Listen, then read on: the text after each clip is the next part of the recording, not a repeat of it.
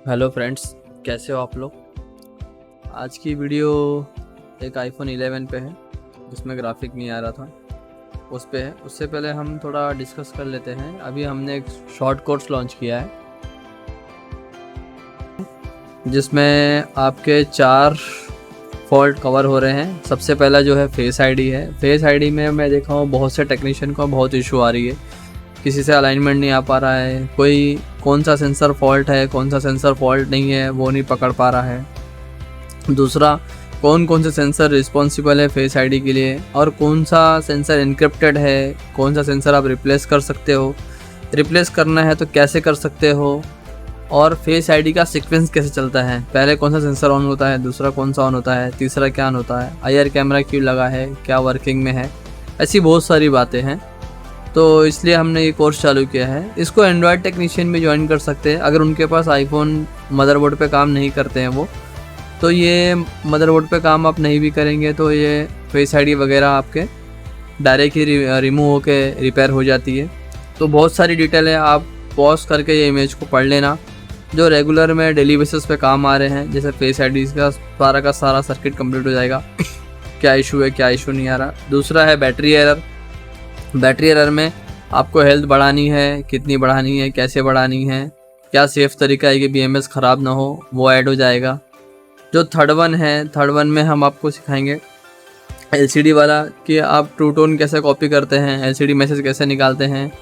जो मार्केट की GX LCD आती है उसमें ट्रू टोन कैसे डालना है। कई बार आप लोग ट्रू टोन रीडाइड हो जाता है फिर भी ट्रू टोन नहीं आता है, उसको कैसे डालना है। बड़े मॉडल में ट्रू टोन किस तरह डालने हैं। कभी कभी क्या होती है, एलसीडी आपके पास आती है जिसकी फ्लेक्स कटी हुई रहती है, तो उस कंडीशन में आपको टू टोन कैसे डालना है, ये सारी डिटेलिंग है।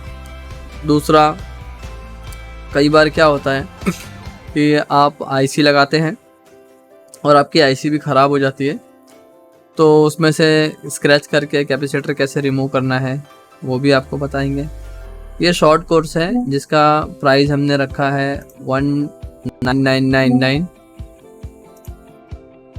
ये जो चालू होगा कोर्स चालू होगा ये 12 मार्च से चालू होगा। ऑनलाइन कोर्स है, आपको यहाँ पर आने की ज़रूरत नहीं है। आपको एक लिंक मिल जाएगा, लिंक में आप ज्वाइन करके हमारे सारा डेस्क देख सकते हैं।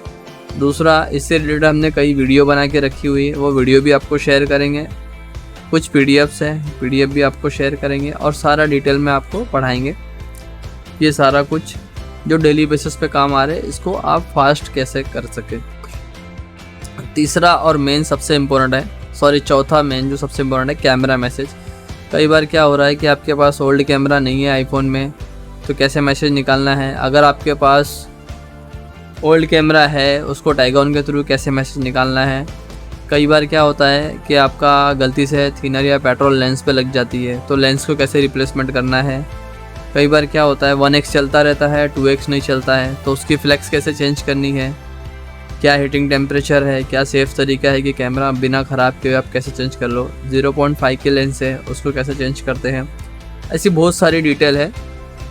ये जो कोर्स रहेगा लगभग 1 वीक के आसपास रहेगा, 1 वीक या उससे पहले भी कंप्लीट हो सकता है।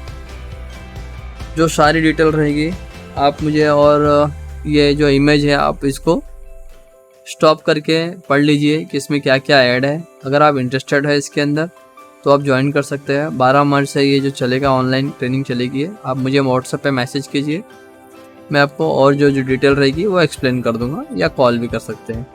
अब चलते हैं हम हमारी वीडियो की तरफ जो आज की टॉपिक है। आईफोन 11 आया था हमारे पास। देखिए इसमें क्या हो रहा है, एलसीडी पे कलर्स नहीं आ रहे हैं, only black and white picture आ रही है। ऑलरेडी किसी ने लेयर वगैरह किया था, थोड़ा ट्राई किया हुआ था एलसीडी की, मतलब किसी ने टेक्नीशियन के पास गया हुआ था, उसने थोड़ा बहुत ट्राई किया हुआ था ऊपर से। कोई नहीं, हम चलते हैं। अभी वीडियो में थोड़ी फास्ट फॉरवर्ड कर देता हूँ, क्योंकि ये सिर्फ हैंडसेट ओपनिंग है, इसके लिए मैं थोड़ी सी फास्ट कर दूंगा। जहाँ मुझे लगेगा कि वहाँ पर आपको स्लो करके दिखाना चाहिए वहाँ पर मैं वीडियो को स्लो कर दूंगा।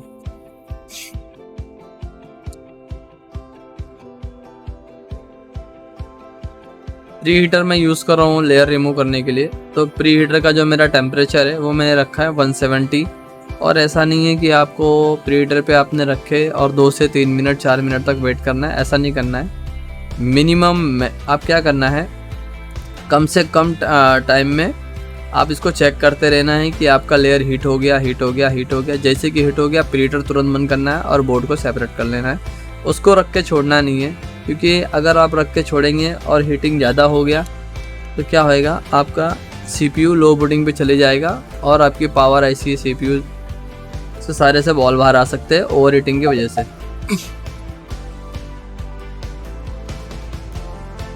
अभी हमने PCB सेपरेट कर लिया है। सेपरेट करने के बाद हम क्या करते हैं, एक बार फिर से LCD ला के चेक कर लेंगे कि हो सकता है कि लेयर में कुछ शॉर्टिंग वगैरह ना आ गई हो, जिस वजह से ये इशू हो सकता है। बस जस्ट कंफर्मेशन है, तो एक बार हम वो कंफर्म कर लेंगे LCD लगा के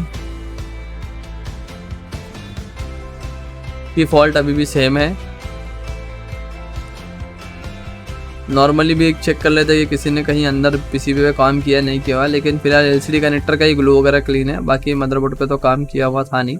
सिर्फ LCD कनेक्टर है, बाहर बाहर से लेयर के बाहर बाहर वही काम किया था, लेयर के अंदर कोई भी काम नहीं किया हुआ है। ये हम चेक करते हैं फिर से अभी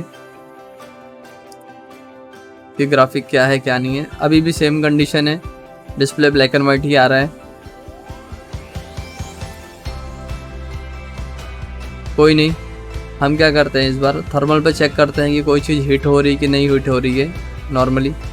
अभी देखो LCD मेरा कनेक्टेड है और हम चेक करते हैं कि कोई चीज़ हीट हो रहा है क्या, यहाँ पे कोई चीज़ शॉर्ट हो रही या नहीं हो रही। ये कंडीशन में हमारी ग्राफिक IC जो अकेला सिर्फ वही गर्म हो रही, दूसरा कुछ नहीं गर्म हो रहा। थर्मल कैमरे पे हमने चेक किया, सिर्फ और सिर्फ ग्राफिक IC ही गर्म हो रही है। देखिए आगे मैं क्या करता हूँ, इसको रोजिन अप्लाई करते हैं। रोजिन अप्लाई करेंगे, ये रोजिन अप्लाई कर रहा हूँ आप लोग को एक चीज बताने के लिए रोजिन अप्लाई कर रहा हूँ कि आपकी अभी देखिए, जब मैंने पहले चेक किया LCD कनेक्टेड थी, LCD लगी हुई थी। अब मैं चालू करूँगा विदाउट LCD नहीं लगाऊंगा और फ़ोन को टर्न ऑन करूँगा। देखो कुछ भी गर्म नहीं होगा।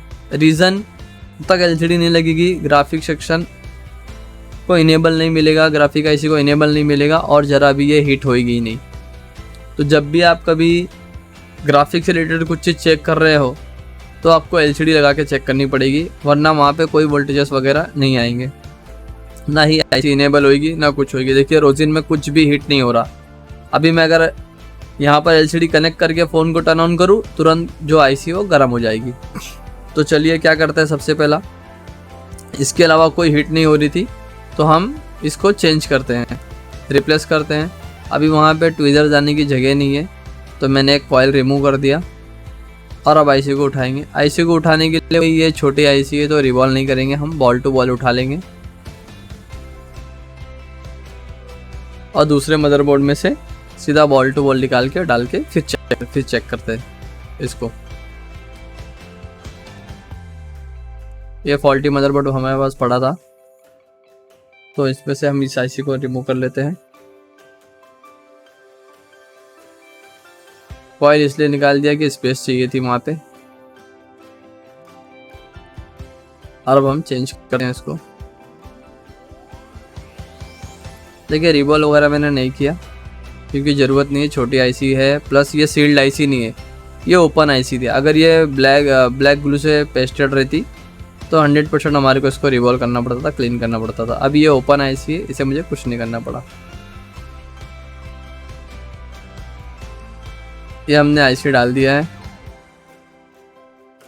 पावर IC पे थोड़ा हीट वगैरह ना लगे इसके लिए 10 का कॉइन है वो रखा था हमने, वो एज ए हीट सिंक काम कर रहा था। अब डिस्प्ले लगाते हैं और कंफर्म करते हैं कि हमारा फॉल्ट सॉल्व हुआ कि नहीं सॉल्व हुआ।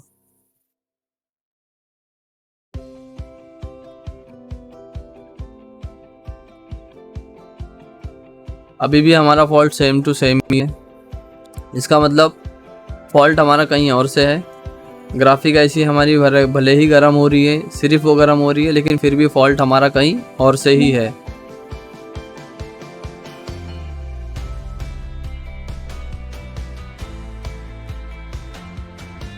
कोई नहीं, हम एक काम करते हैं, कंफर्मेशन के लिए एक बार फिर से थर्मल कैमरे से चेक करते हैं कि इस बार भी हमारी ग्राफिक आईसी गर्म हो रही है कि कुछ और गर्म हो रहा है। एक बार हम फिर से कंफर्म कर लेते हैं थर्मल से।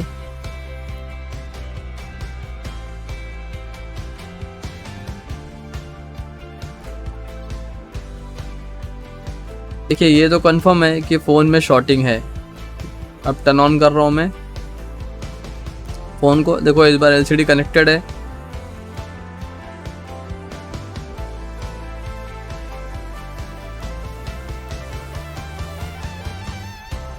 फिर से वही सेम ग्राफिक आईसी ही गर्म हुई। जैसे कि वहाँ पे ग्राफिक आता है एलसीडी पे, वैसे ही आईसी एकदम से हीट हो जाती है। इससे ये तो कंफर्म हो रहा है कि शॉर्टिंग है, फ़ोन के अंदर शॉर्टिंग है। तो अब हम क्या करेंगे, ग्राफिक आईसी के आसपास जितने भी कंपोनेंट लगे हैं इसको वन बाय चेक करते हैं मल्टीमीटर से कि हमें कुछ शॉर्ट मिलता है या नहीं मिलता है, कंफर्म करते हैं।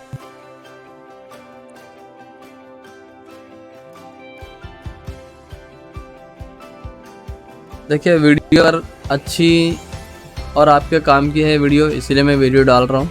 अभी हम पहला कैप चेक कर रहे हैं। पहले कैप पे देखिए हमारा 700 मिलीवोल्ट आया, दूसरे साइड में हमारा OL आया। ये हम चेक कर रहे हैं रिवर्स बायस में।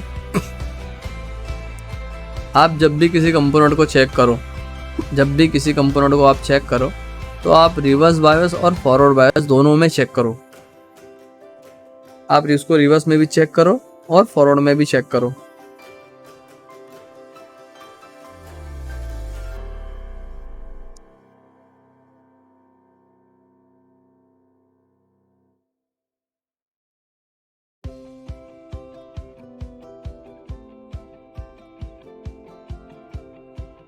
ये जो हमारा फर्स्ट कैप लगा हुआ है, जो फर्स्ट कैप पे हम चेक कर रहे थे कि हमारा ये साइड भी रीडिंग आ रही है, ये साइड भी रीडिंग आ रही है। ये हमारा जो चेस्टनट के लिए ना पॉजिटिव नेगेटिव कैपेसिटर लगे हुए हैं, एक साइड पॉजिटिव है एक साइड नेगेटिव है। तो ये आपको रिवर्स बायस और फॉरवर्ड बायस दोनों में ही रीडिंग दिखाएगा। अब हम आसपास के जो और लगे हुए हैं वो दूसरे कंपोनेंट चेक करते हैं।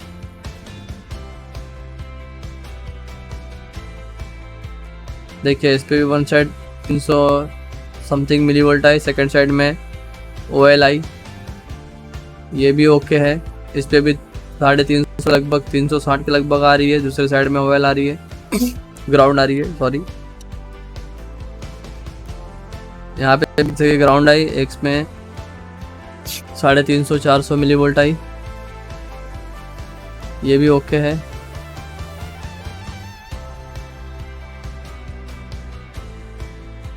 मैं देखिए रिवर्स पे भी चेक कर रहा हूँ, फॉरवर्ड पे भी चेक कर रहा हूँ।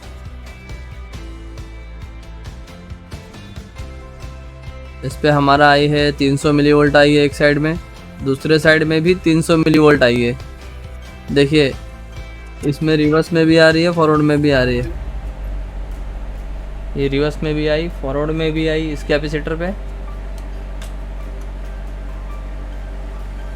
देखिए 300 मिलीवोल्ट आई और सेकंड साइड भी 300 मिलीवोल्ट, 360-400 समथिंग मिलीवोल्ट आई थी। ये फर्स्ट कैपेसिटर तो नेगेटिव पॉजिटिव लगा हुआ है, इस वजह से उसमें आएगी। लेकिन जो नीचे वाला कैपेसिटर है इसमें नहीं आनी चाहिए। इसमें देखो ये 300 आई लगभग और दूसरा भी, दोनों साइड आपकी 300 मिलीवोल्ट आ रही है इस कैप पे। इसका मतलब ये कैप लीकेज है आपका। इसको डायग्राम में चेक किए तो ये कैप है 5.7 वोल्ट का कैप है। ये लाइन पे लगा हुआ है, 5.7 वोल्ट की लाइन पे लगा हुआ है ये कैप।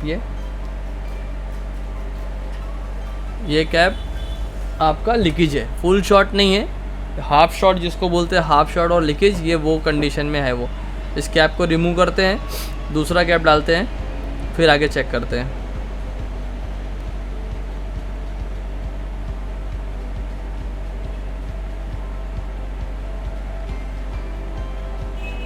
ये कॉइन रखना आपके लिए ज़रूरी है, तो आपका ये एक सेफ्टी हो जाएगी कि पावर ऐसी आपकी पंचर वगैरह कभी नहीं होएगी, ना ही उसमें से बॉल वगैरह बाहर आएंगे, क्योंकि पावर ऐसी इसकी जो आईफोन की रहती है काफ़ी सील्ड रहती है, वो ब्लैक ग्लू से प्रेस्टेड सील्ड रहती है। तो थोड़ा केयरफुल इस पर रख लेंगे तो अच्छी बात है।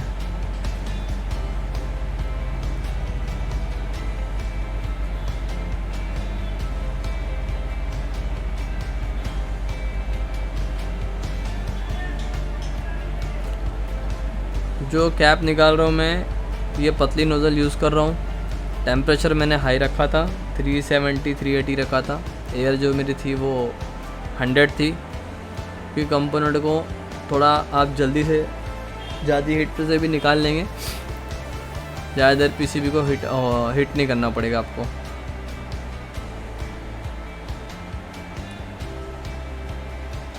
स्क्रैप में से हमने एक कैपेसिटर निकाला और अब यहाँ पे लगा देते हैं।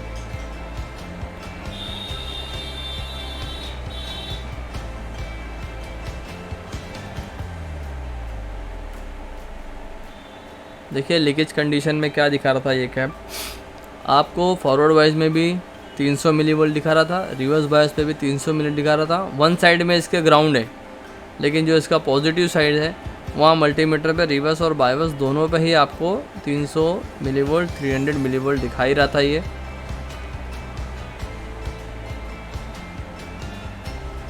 कंफर्म करेंगे हम, पहले ये कैपेसिटर लगा लेते हैं। जो कैप रिमूव किया है उसको बाद में कंफर्म भी करेंगे उसको, पहले तो कैप चेंज कर लेते हैं।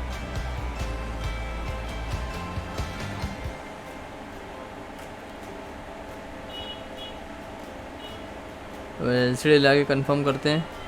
पहले तो मल्टीमीटर से देखते हैं कि अब रिवर्स और फॉरवर्ड पे क्या आ रहा है क्या नहीं आ रहा है। ये अभी हमने जो चेक करी है, एक साइड तो ग्राउंड है इसकी, सेकंड साइड में देखिए ओएल आने लग गया। पहले क्या आ रहा था, इस पर 300 मिली वोल्ट आ रहा था और ये साइड में 300। अब देखिए यहाँ पे 500 मिली वोल्ट हो गया और सेकंड साइड में ओएल हो गया।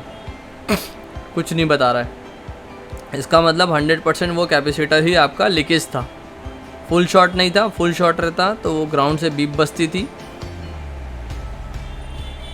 अब चेक करते हैं हम एलसीडी।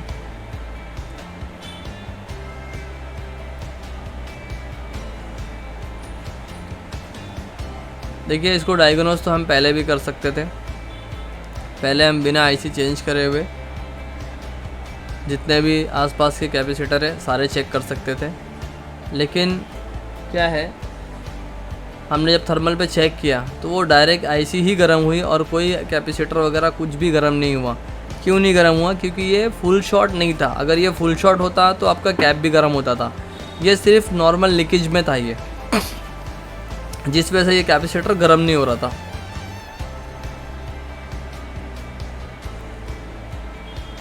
चलिए ऑन करते हैं और चेक करते हैं अभी।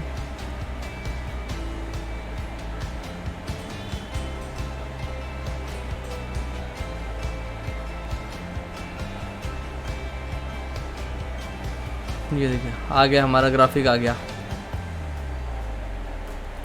हमारा जो कलर भी नहीं आ रहा था, ब्लैक एंड वाइट एलसीडी हो गई थी, वो प्रॉपर आ गई। इसका मतलब 100% ये जो कैप है, ये कैप ही आपका लीकेज था।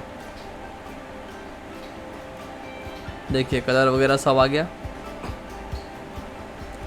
अब आप लीकेज और शॉर्ट के बारे में जब ये वीडियो बनी है, ये वीडियो मैंने ये अपलोड कर रहा हूँ कि आप लीकेज को किस तरह समझेंगे और शॉर्ट को क्या समझेंगे। अगर दोनों को डिफाइन करेंगे तो क्या है, जब भी कोई कैपेसिटर शॉर्ट होएगा, शॉर्ट मतलब फुल शॉट होगा, फुल शॉट में क्या होएगा आपका कि ग्राउंड से आपके बजर बजने लगेंगे।